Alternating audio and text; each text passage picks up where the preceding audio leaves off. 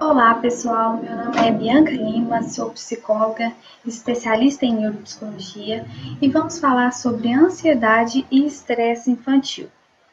Vamos aprender a identificar alguns comportamentos nos pequeninos e principalmente aprender a ajudá-los diante desses comportamentos.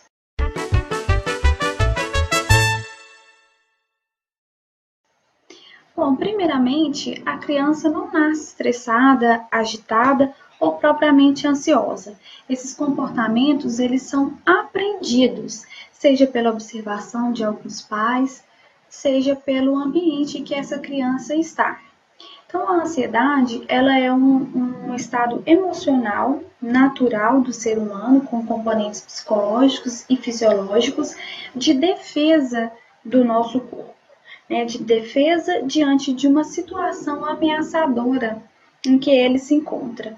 Então, é natural que em algumas situações nós sentimos naturalmente a ansiedade. Ela se torna patológica quando ela sai dessa situação que é natural e passa a ser em excesso, passa a ser muito frequente, inclusive em situações que não são ameaçadoras. Então, temos percebido esses comportamentos ainda muito precoces. As crianças já vêm demonstrando esses comportamentos de autodefesa desde muito cedo. São comportamentos que não são inerentes à idade, e são principalmente influenciados pelo ambiente onde eles estão. E nós vamos falar aqui a ansiedade tanto como causa como consequência do estresse. Nós vamos trabalhar aí essas duas palavrinhas como aliadas nesses sintomas que eu vou apresentar para vocês. Vamos começar falando então por alguns fatores que podem contribuir para esse estresse e a ansiedade na criança.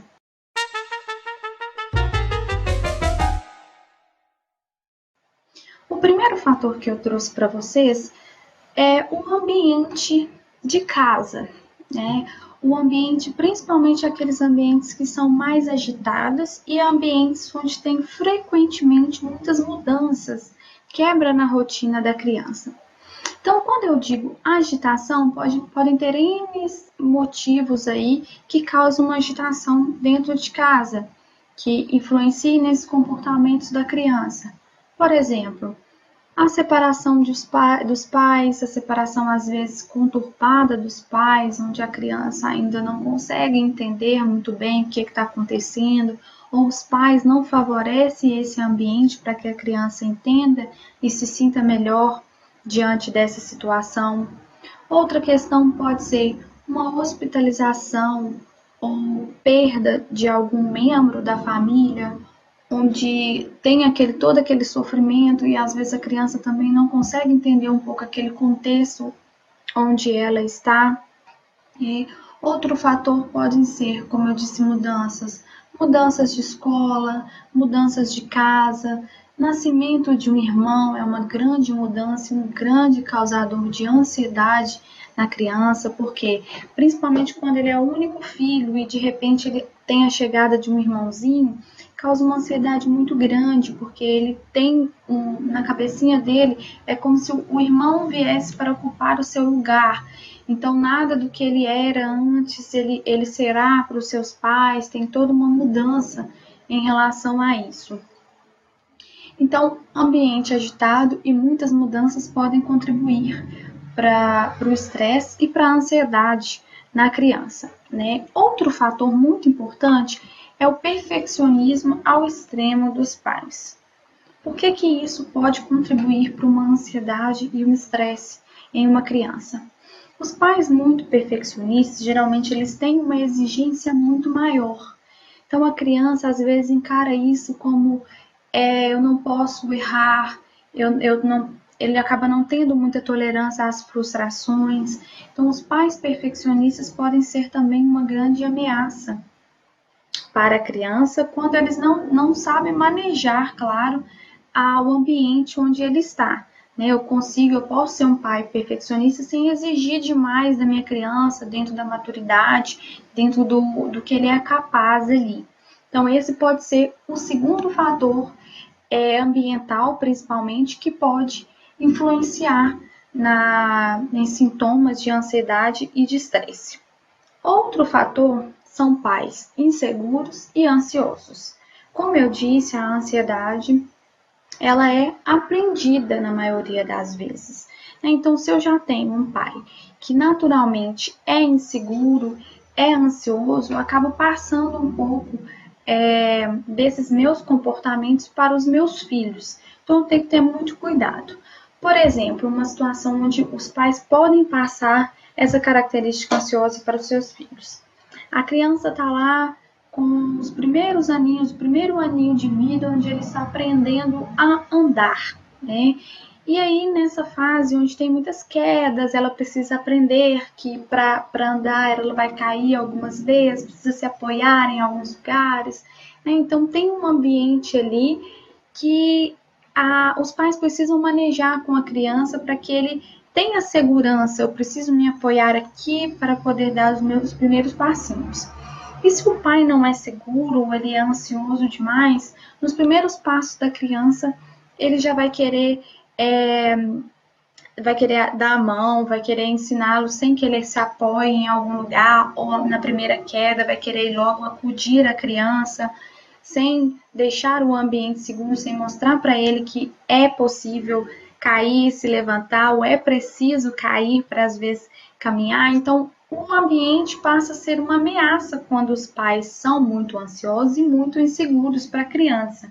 Então, tem que tomar muito cuidado com o que eu passo do meu comportamento para o meu filho, né? Em relação, claro, sobre a insegurança e a ansiedade que a gente está dizendo aqui. Um outro fator que pode ser influenciar ou pode favorecer esses comportamentos ansiosos na criança é o excesso de atividades na rotina das crianças, né? Principalmente essas atividades que são essas atividades extraescolares, né? Onde os pais, claro que pensando de uma forma a estimular a criança, deixam ali a agenda recheada de atividades dos pequenininhos, sem saber se está no momento, né? Se a maturidade permite que ele tenha uma agenda tão cheia assim. E o que isso pode gerar um estresse, principalmente na criança? Porque ela está ali na correria como um adulto, né? Nós sabemos o tanto que a nossa rotina acaba sendo estressora, porque temos muitas atividades, muitas coisas para fazer em um único dia. Então, a criança, nós vemos hoje crianças com 6 aninhos, que tem lá a escola, com já dentro da escola, muitas atividades a serem feitas, né? E além disso tem o balé, o futebol, a natação, o inglês e muitas outras que acabam deixando aquele tempinho um pouco, que poderia ser um pouco mais livre para trabalhar um pouco mais em casa, né? Um pouco mais de diversão, sendo sempre uma rotina de uma agenda mesmo extracurricular. Então temos que observar se essa criança ela está preparada para receber toda esses afazeres, essa rotina toda planejada, né? Então, de vez em quando é possível e é preciso quebrar um pouco essa rotina também, para que ela não se sinta um pouco, a rotina um pouco engessada, né? Eu sempre tenho que fazer essas coisas, isso pode causar um estresse muito grande no seu filho, tá? Então, esse é um outro fator. E, em contraponto, a gente tem também o não fazer nada como um possível causador de ansiedade, né? A gente sabe que tem que balancear um pouco esse fazer demais, eu tenho uma rotina, uma semana muito cheia de afazeres, com também não ter nada pode ser um fator que não é legal para a criança, né? Então, não é deixá-lo sem fazer nada, deixá-lo sempre em casa, porque a gente sabe que tem outros estímulos em casa, por exemplo, ficar o tempo todo na televisão, né? A criança muito ociosa, e isso também não é legal, então eu tenho que saber dosar isso aí, tá? Outra questão são os pais ausentes, né? Hoje em dia a gente sabe também que isso é muito comum, por causa também dessa rotina agitada que nós adultos temos. Então, os filhos estão sempre ficando com outras pessoas, né? Esse cuidado passa a ser terceirizado para os cuidadores.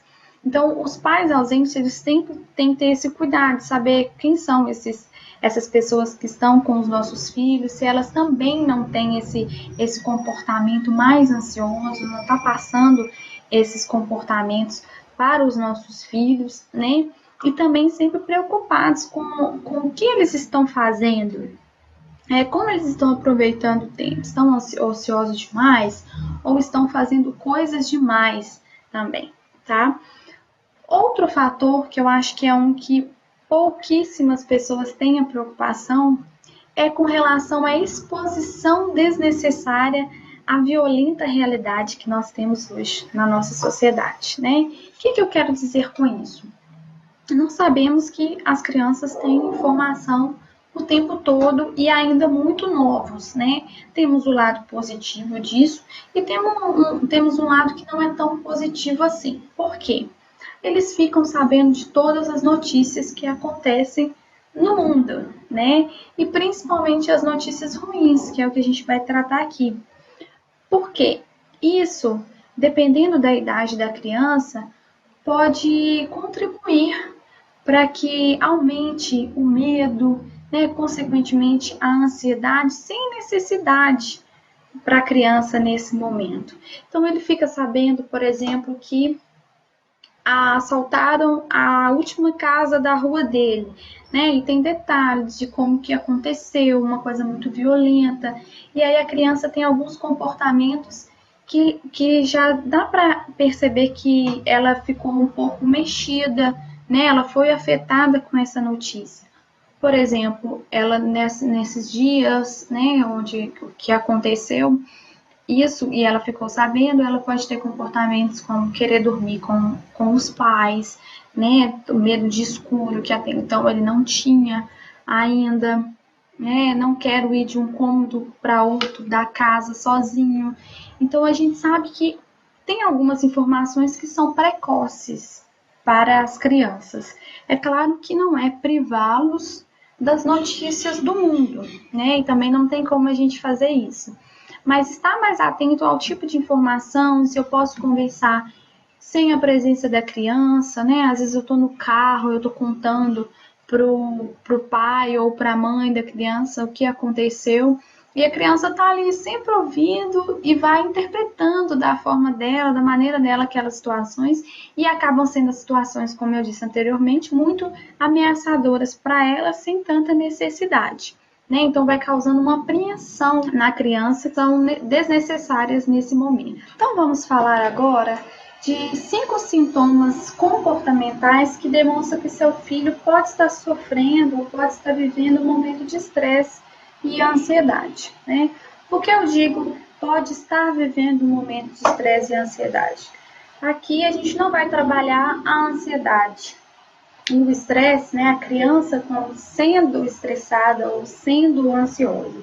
A gente está trabalhando principalmente alguns fatores que contribuem para esses comportamentos, né, então fatores ambientais.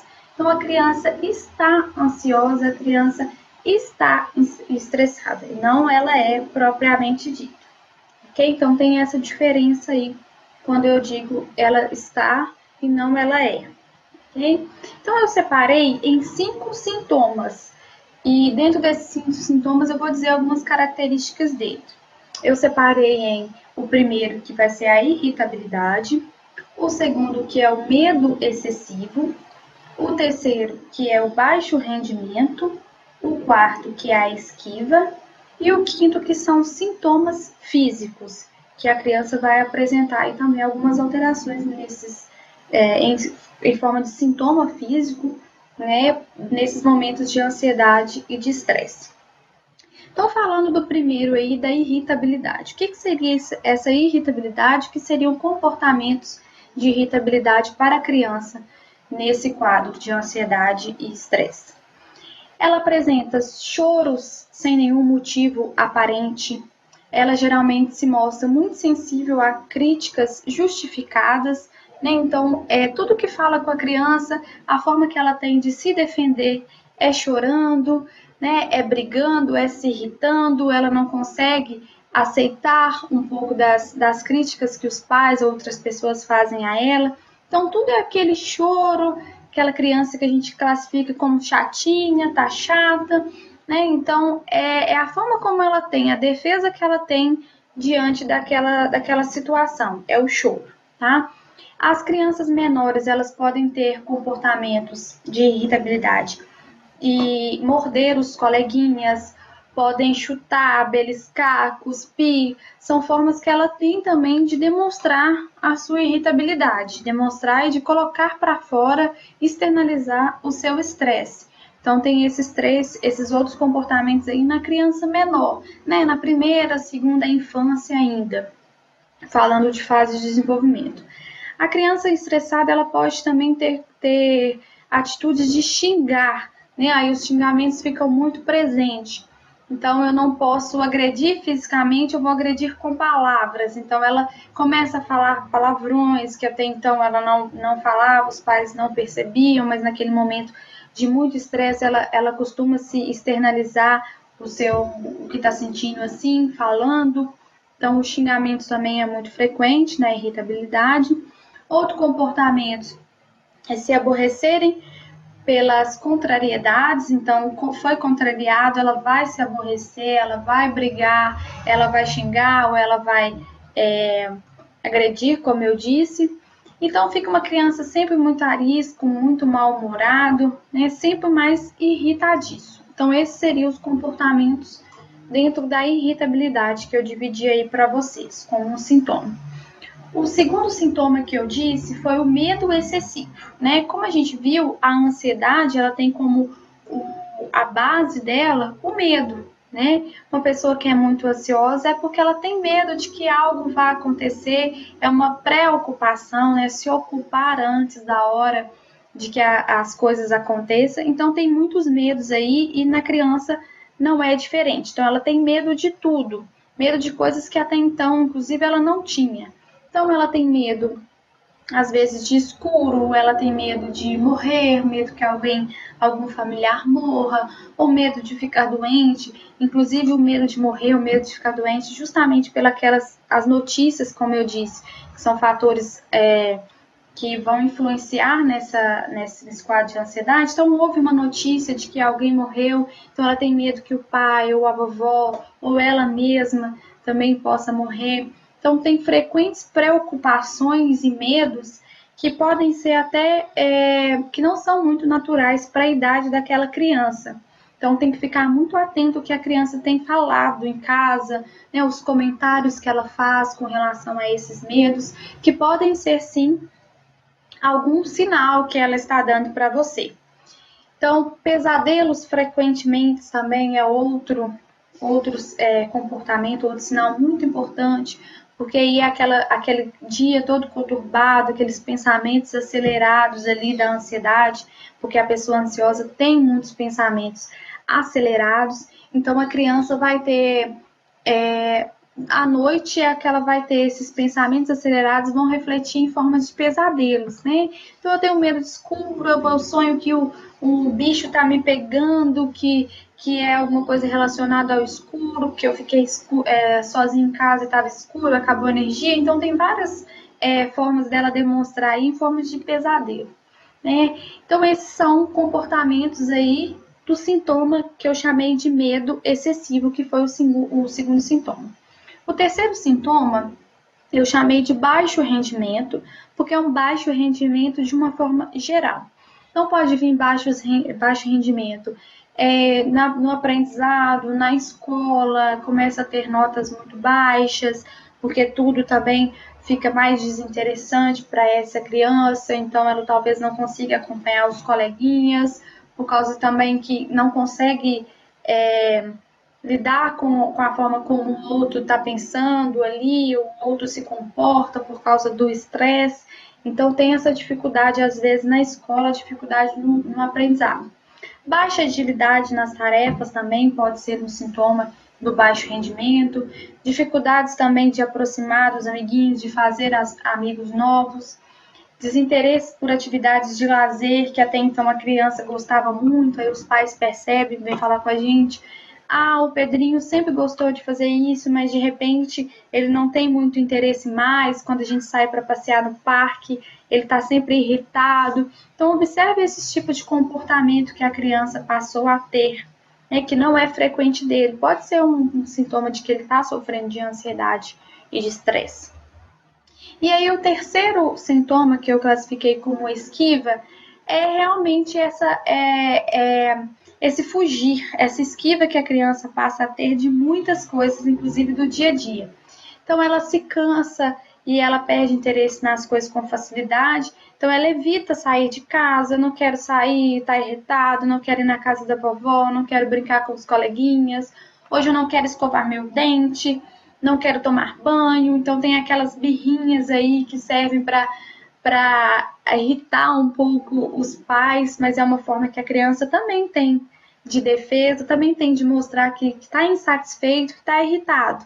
Então ela se esquiva aí, se esquiva das mudanças de rotina, né? Mudou alguma coisa na rotina dela e ela ficou chateada, então ela não quer fazer.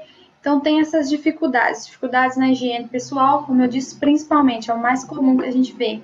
Não querer tomar banho, não querer escovar dente, não querer vestir aquela roupa que a mãe escolheu, tá? Então essas são as esquivas.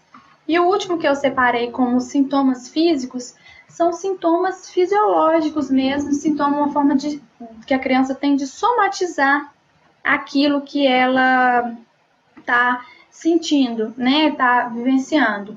Então ela começa a ter dores de barriga, ela começa a ter dores musculares, dores nas costas, no pescoço, dores de cabeça, vômitos, né? Tem um esgotamento, um cansaço, que é a perda de energia, aquela fadiga, né? E isso tem que ter muito cuidado, os pais devem observar com muito cuidado. Porque muitas vezes a criança se queixa de alguma coisa, de alguma dor, de algum sintoma físico, e os pais encaram apenas como, ele está fazendo isso porque ele não quer ir à escola, né? Ele está fazendo isso para chamar a atenção. É uma forma de chamar a atenção, sim, mas uma forma de chamar a atenção de que as coisas não estão indo bem, de que algo está incomodando ele, tem algo ali que não está legal. E reparem também, pais, que geralmente essas coisas acontecem muito, esses sintomas físicos, muito próximo e tem uma relação muito grande com o que a criança tem o medo, ou o que a criança tem anseio. Se ela tem medo, está acontecendo algo na escola, às vezes um pouquinho antes de chegar a hora de ir para a escola já começam os sintomas físicos, ou depois que ele chegou da escola, ele tem esses sintomas. Então, observem os sintomas físicos e não desconsiderem, né? Muitas vezes tem alergias, né? Tem crianças que têm crises de estresse que a forma de somatizar é com alergias na pele, né? Então se coçam muito. Então vão até a escola, verifique o que pode estar acontecendo. Estou dizendo escola porque é um ambiente onde a criança passa maior tempo, mas não necessariamente é lá. Então observe de onde pode estar vindo isso, se da própria casa de vocês está acontecendo algo que a criança está presenciando.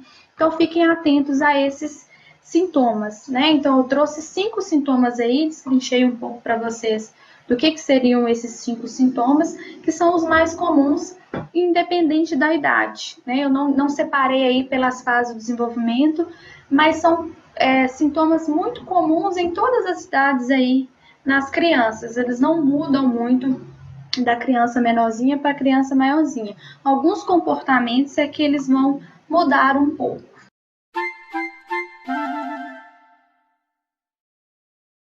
Vamos ver agora o que nós pais, o que nós profissionais também podemos fazer para ajudar as nossas crianças com esses 5 comportamentos, 5 sintomas que eu disse para vocês, que são sintomas de ansiedade e de estresse. Vamos relembrar? Falamos então da irritabilidade, falamos do medo excessivo, falamos do baixo rendimento, né, da esquiva e dos sintomas físicos também. O que a gente pode fazer para amenizar os sintomas? A primeira coisa a se fazer é evitar as fontes estressoras para a criança. Sabemos que levamos uma vida bem corrida, um dia a dia bem agitado, mas podemos fazer com que a criança não seja tão afetada com a nossa correria enquanto adultos. Então, eu estou sempre apressando o meu filho, tenho que levar para a escola, ele tem sempre que comer muito rápido, ele tem que arrumar as coisas muito rápido, para que ele atenda ao meu tempo, ao meu pedido. Então, vamos organizar o tempo da criança como sendo da criança. Ele vai precisar de um tempo maior para fazer o seu almoço mais tranquilo, ele vai precisar de um tempo maior para tomar o seu banho. Então, vamos ter tempo para que eles tenham o tempo deles também. Não adianta eu querer que ele esteja dentro do meu tempo. Então, vamos evitar. Essa é uma forma de evitar fontes estressoras. Outra questão é, eu tenho mais de um filho, eu tenho vários filhos, mas cada criança é diferente da outra. Então, tenha um tempo com cada criança, conheça cada um dos seus filhos, né? Saiba das necessidades, dos medos principalmente. Evite comparações, né? O seu filho mais velho não teve os medos, não passou por esse período que o seu filho mais novo está passando, mas isso é por ele, é questão dele, então entenda, compreenda e converse muito com o seu filho, né? Conheça o filho que você tem, as características e ensine o seu filho essa diferença, não necessariamente ele tenha que ser igual ao irmão dele a viver, porque isso pode aumentar ainda mais a ansiedade dele, essas comparações desnecessárias. Outro fator além de saber escutar o seu filho, é trazer soluções. E o seu filho está te mostrando que ele está ansioso, que ele tem medo de alguma coisa, traga soluções para ele também. Não deixe que ele faça tudo sozinho diante dos medos dele. Apresente os seus medos para a criança, às vezes também é interessante para saber que não é algo só dele, né? Que não é uma fraqueza dele. Então, traga soluções, ajude o seu filho a encontrar soluções. Você só vai fazer isso se você conhecer muito bem, der um espaço para que o seu filho se abra, para que o seu filho fique à vontade com você. Outro fator é elogiar o seu filho. Elogie os seus êxitos, não dê tanto valor e importância aos fracassos. Mostre para ele que neste momento pode ser que ele não conquistou o que ele queria, mas que em outros momentos, os momentos virão, que ele pode sim, ele está passível de erros como qualquer outra pessoa. Isso vai ajudá-lo também, vai amenizar essa ansiedade de querer que as coisas aconteçam muito rápido, aconteçam num tempo que não é o tempo devido para que deva acontecer. Então, converse sempre com o seu filho sobre isso, sobre os êxitos e sobre os fracassos. E elogie muito ele, sempre. E um outro fator muito importante é manter-se sempre calmo. Se eu estou num ambiente onde gritam, gritam com a criança, só falam em tom de voz alto, sempre tudo é muito exigido, tudo é muito rígido, a criança, consequentemente, vai ser uma criança mais estressada. Ela também vai aprender que ela consegue, que ela conquista as coisas sempre no grito. Então, tenha muita calma, propicie esse ambiente mais tranquilo, coloque práticas de meditações, prática de meditar com o seu filho, de entender o que está acontecendo, de pensar. Isso também favorece muito e baixa muito essa ansiedade. Um aliado, um fator muito importante para a ansiedade é a meditação. E quanto mais cedo, quanto antes isso entrar na vida do seu filho, pode ser interessante para ele, para o autodesenvolvimento. Então, ensine o seu filho a relaxar, a ter esses momentos onde ele pode se acalmar, nos momentos em crises mesmo, que você está percebendo que ele está com muito medo, tem essas sensações físicas que já mencionamos anteriormente. Crie esse ambiente para que ele aprenda a relaxar, aprenda também a lidar com essas situações onde ele está mais ansioso, mais estressoso. Outra questão é evitar as discussões, as notícias violentas, como eu disse anteriormente, que causam uma apreensão na criança desnecessária. Então, evite essas discussões, essas conversas na presença da criança. Claro que não tem como eu disse, evitar tudo, né? Privá-lo de ter essas notícias, mas às vezes, quando elas acontecerem, explique para o seu filho o que aconteceu, né, que não necessariamente tenha que acontecer com ele também, né, que tem formas para ele poder se proteger, que podem diminuir um pouco esse medo, essa ansiedade que ele está sentindo. Mantenha uma relação com a escola, com os professores dos seus filhos, né, saiba qual é o ambiente em que ele está, né, fora de casa, que é a escola, as outras atividades que ele faz, que pode estar causando, deixando o seu filho mais estressado dentro desses ambientes. Então, seja um observador, né? Entenda, conheça todo o ambiente, todos os ambientes que seu filho frequenta, esteja sempre presente. E aumente a segurança e a confiança do seu filho em si mesmo. Ele precisa, aos poucos, ir percebendo que ele tem essa segurança dele mesmo, que ele pode confiar nele mesmo, que ele é capaz. Então, estimule a autoconfiança e a autossegurança do seu filho também. E esteja sempre disponível. Acho que é muito importante para a criança nesses momentos, nesses comportamentos onde a gente falou, que ele tenha pais disponíveis. Então, os pais ausentes tendem a aumentar esses sintomas da criança, porque ele não tem onde se apoiar, não tem com quem falar, com quem conversar, expor os seus medos e ser acolhido. Então, esteja disponível e acolha os seus filhos para ensiná-los e ajudá-los a resolver esses problemas. E outro fator importante é observar como seu filho trabalha. É muito importante eu saber como que ele se desenvolve, como ele resolve os seus problemas. Antes mesmo de eu poder ajudá-lo, eu preciso entender como ele funciona, qual é o meu funcionamento. Né? E como eu disse, há diferenças de um filho para o outro, não tem que necessariamente tomar base para como um filho funciona para entender como o outro funciona. Isso é muito individual, mas conheça o seu filho na particularidade, né? O funcionamento pessoal e particular que ele tem. E por último, como o estresse e a ansiedade, então, pode influenciar no desenvolvimento infantil? Então, diante de tudo isso que nós apresentamos, estamos falando da fase inicial da vida, que é lá a primeira infância, a segunda e assim por diante. E nós sabemos que durante esse processo de desenvolvimento intelectual, emocional, afetivo, a criança ela se confronta com momentos em que a atenção de sua vida alcança níveis muito altos.